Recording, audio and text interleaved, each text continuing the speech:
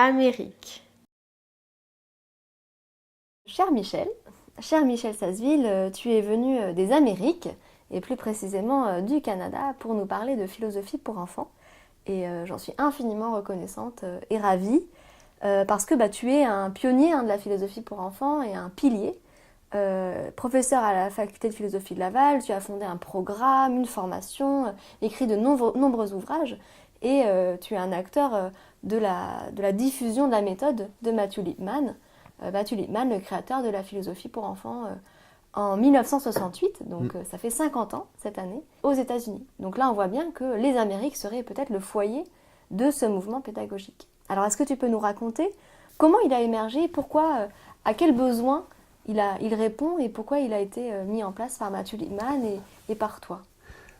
Tout d'abord, merci beaucoup, Joanna, de cette invitation que j'accueille avec grand plaisir. Je suis même honoré par cette invitation. Le tout, effectivement, a débuté en mai 1968, au moment où Lippmann a commencé à penser que son enseignement ne conduisait pas à ce qu'il estimait être le but recherché lorsqu'on fait de la philosophie, c'est-à-dire la formation du jugement et la formation du jugement pratique. Il estimait que ses étudiants n'étaient pas si équipés que cela, finalement, au terme de son enseignement. Et là, il s'est dit, mais pourquoi? Et la réponse qui s'est donnée, c'est l'hypothèse, à l'époque. C'était que peut-être on commençait trop tard. Peut-être qu'à 17 ou 18 ans, c'était trop tard pour commencer à faire de la philosophie. Et il s'est dit, peut-être qu'on pourrait commencer beaucoup plus tôt. Et c'est là qu'il a commencé à imaginer une façon de faire, avec des histoires et puis une pédagogie particulière, et qu'il s'est joint à sa collaboratrice, avec laquelle il a travaillé toute sa vie, Anne-Margaret Sharp, pour mettre en place un programme complet de philosophie pour les enfants.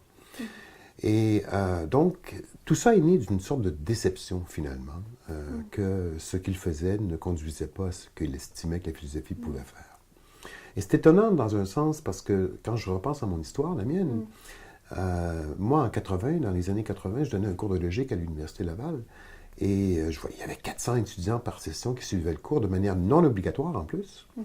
Et je me disais, comment ça se fait qu'on a besoin d'avoir un cours de logique rendu à cet âge-là? On devrait être capable de savoir comment faire une phrase correctement, définir les termes qu'on emploie, argumenter. Bon, ça devrait être déjà présent, bien installé.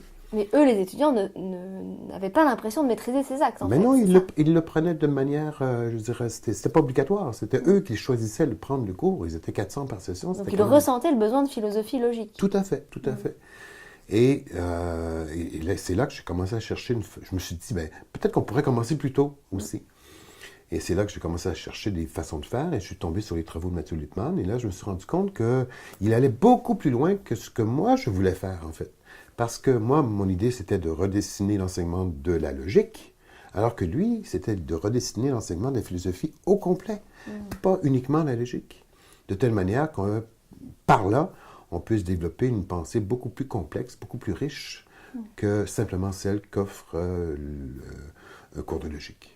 Alors effectivement, même si le point de départ, on dirait que c'est ce besoin de formation de la pensée logique, on voit qu'après, dans la méthode de Lippmann et celle que tu appliques, c'est une pensée multidimensionnelle qui est visée et qu'on essaie d'éduquer. Donc à la fois la pensée créative chez l'enfant, à la fois la pensée critique chez l'enfant et la pensée bienveillante.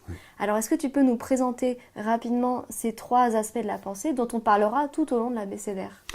En fait, un penseur critique, c'est un penseur qui s'intéresse au réel, mais qui, s'intéressant au réel, est guidé, sa pensée est guidée par des critères, par des raisons qu'on pourrait considérer comme déterminantes et qui vont faire que ça, c'est acceptable, mais ça ne l'est pas pour telle raison, qui est une bonne raison. La pensée créative, c'est ce penseur qui a le souci d'être original dans sa manière d'entrevoir les choses, qui est innovant, qui est expérimental, qui a une vision holistique des choses.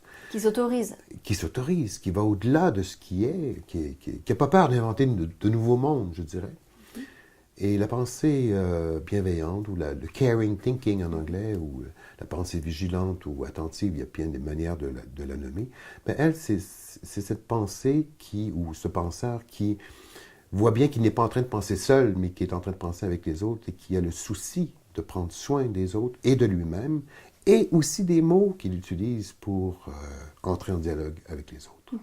Et on parlera juste après avec la lettre B, de la bienveillance, pour préciser.